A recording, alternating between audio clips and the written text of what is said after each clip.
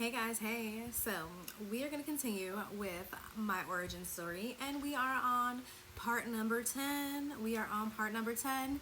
If you haven't watched parts 1 through 9, go check those out, all right? So, yesterday we were talking about some of the most toxic things that I was thinking about when my ex was getting married and after the fact, right? Today we're going to talk about the consequences of my actions and what I did, right? For those of you who don't know, I was out here hexing my ex. I was out here doing the most, doing these return offenders. That wasn't the problem. The problem was these curses and these hexes I was doing, okay? And then the accumulation, right? Because I accumulated all of our, everything, like all of our pictures, everything that he's ever sent me, every picture, every video he's ever sent me, if you know what I mean. Those kind of, yeah, I accumulated everything into this Google share file, and then I shared it with his entire wedding party. So yeah, so let's talk about the consequences and repercussions of what happens, right? Because first and foremost, I want to say, because a lot of people want to get in this kitchen because of your rage, because of your ego. Don't allow your ego to get you fucked up, first and foremost, all right? Because this is really a cautionary tale. This is a cautionary tale, sis.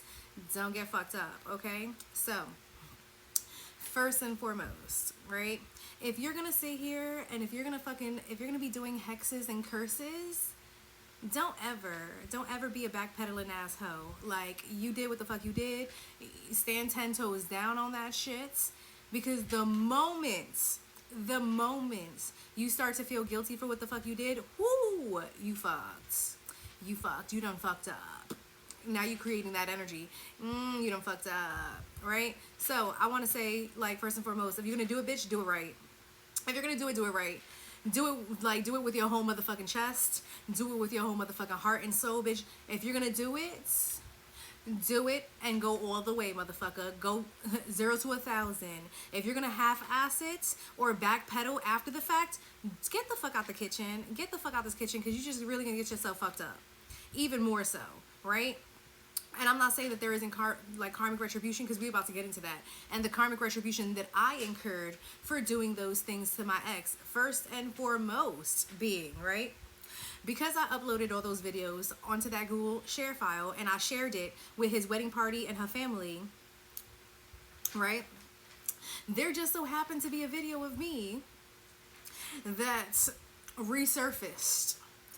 And this video was from back in the day. I mean, back in the day, from when I was like 19 years old, right? Regardless, I get fucking sent a DM by one of my homegirls that I grew up with, right?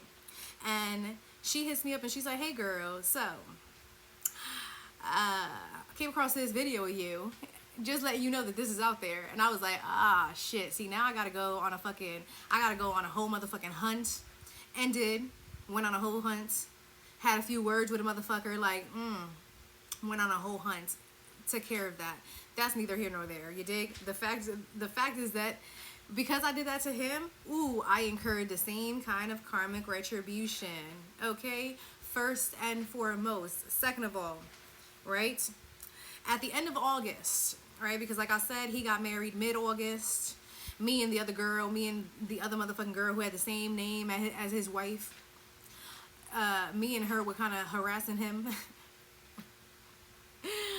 Whew, man, that girl went as far as to wanting to like extort him and all kinds of crazy shit, because like I don't know what she had on him. I don't know, but she wanted to like extort him and all types of crazy shit. I was like, girl, I don't know about all that. Regardless, at the end of August, I went to Philly, right? Remember in July, I went to motherfucking Virginia Beach. In August, I went to Philly. I came back from Philly and I have a letter in the mail, certified mail. It's a cease and desist letter, bitch. It is a cease and desist letter from a motherfucking lawyer. Talk about, I need to take down the Google share file by this date, blah, blah, blah, whatever, what have you. If it's not done, then he's gonna fucking take me to court and blah blah blah blah blah blah, right? Whatever what have you. that's not my issue. My issue is what the fuck was stated in that cease and desist letter, because he was a whole fucking liar. I mean, like, mind you. And see, this is really what fueled my rage, okay, bitch? Let's be motherfucking real. Let's be fucking real. Because it was bad enough that he actually got married, and I felt like he had won in some which way, shape, or form. I felt like you not getting slapped. Like, I need to see you get slapped right now. Like, you not, you dig? So I want to say that at the end of August, when I get the cease and desist letter, and he essentially lies and basically makes me look, or makes it seem as if I am some crazy ex-girlfriend, and ooh, bitch, you know what really boiled my blood though? The fact that he had the fucking audacity, bitch, to say that he broke up with me. Bitch, I have proof that I broke up with you. Are you fucking insane? Like, bitch, I got receipts.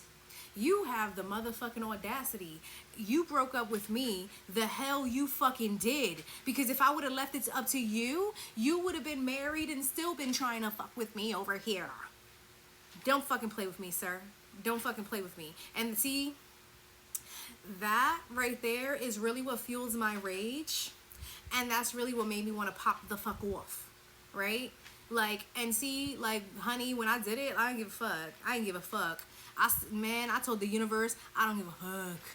Let whatever may come, let it fucking come. I don't give a fuck. I don't care. Like, I don't care. Conversely, like I said yesterday, okay? Who is the only being, the only thing in the universe that could actually stop me? God, okay? Let's talk about the final motherfucking thing, the final consequence of me doing this, right? Which was pretty much the heftiest, if I'm being honest. Like, this was the heftiest, honey, okay?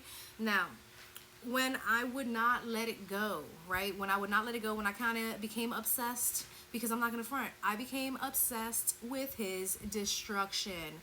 I wanted to see him under, like, I wanted to just listen. You dig? Like, obsessed, okay?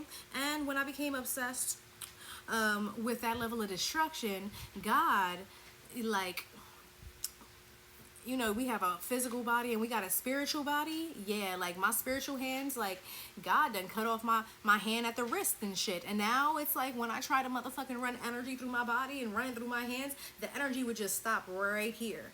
And it wouldn't hit my hand, it wouldn't hit my fingertips. I wouldn't feel it in my hands. That was like that for about 2 motherfucking years, you dig? Because I lost my power in March of 2019. Well, not lost it, but lost access to wielding it in that way in March of 2019, and I did not get back, like, my hands were not reinstated until January of 2021.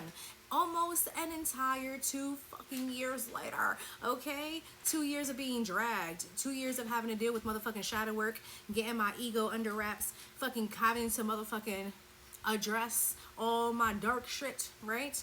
All my darkness, all my darker qualities, having to deal with my inner child wounds and whatever was being brought up at the time. Like, because, honey, it was a lot. It was a lot.